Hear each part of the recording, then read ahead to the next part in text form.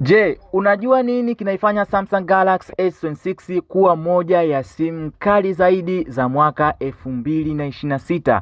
Kwanza kabisa inakuja na screen ya Dynamic AMOLED ya inchi 6.3 yenye refresh rate ya 120 Hz. Hivyo scrolling, gaming na video vinaonekana laini sana, vyenye muonekano wa hali ya juu kabisa. Pia brightness yake imeboreshwa, hivyo unaweza kuitumia hata ukiwa kwenye jua kali bila shida ya aina yoyote ile. Kwa upande wa performance, Galaxy S26 inatumia processor mpya ya Snapdragon 8 Elite Generation 5 au Exynos 2600 kutegemeana na nchi yako uliopo. Hii inafanya simu kuwa ya haraka sana kwenye gaming, multitasking na matumizi ya AI.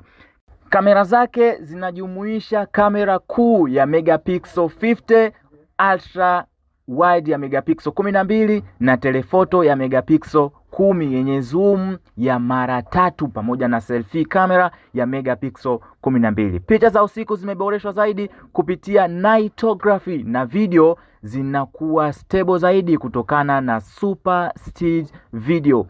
Pia Samsung Galaxy inakuja na betri yake kali sana yenye miliampia 4300 ikiwa na fast charging ya wati 25 pamoja na wireless charging. Hivyo unaweza kuitumia siku nzima kwa matumizi ya kawaida bila wasiwasi mkubwa wa kuchaji mara kwa mara. Simu hii pia inakuja na Android 16 pamoja na One UI 8.5 na features nyingi za Galaxy AI kama kutafsiri lugha papo kwa papo, kuhariri picha kwa AI na kusaidia kazi mbalimbali kiautomatic. Kwa kifupi, kama unatafuta simu yenye performance kali, screen nzuri, kamera bora na AI ya kisasa, basi Samsung Galaxy S26 inatakiwa kuwa ni moja ya chaguo lako bora sana katika mwaka huu wa 2026.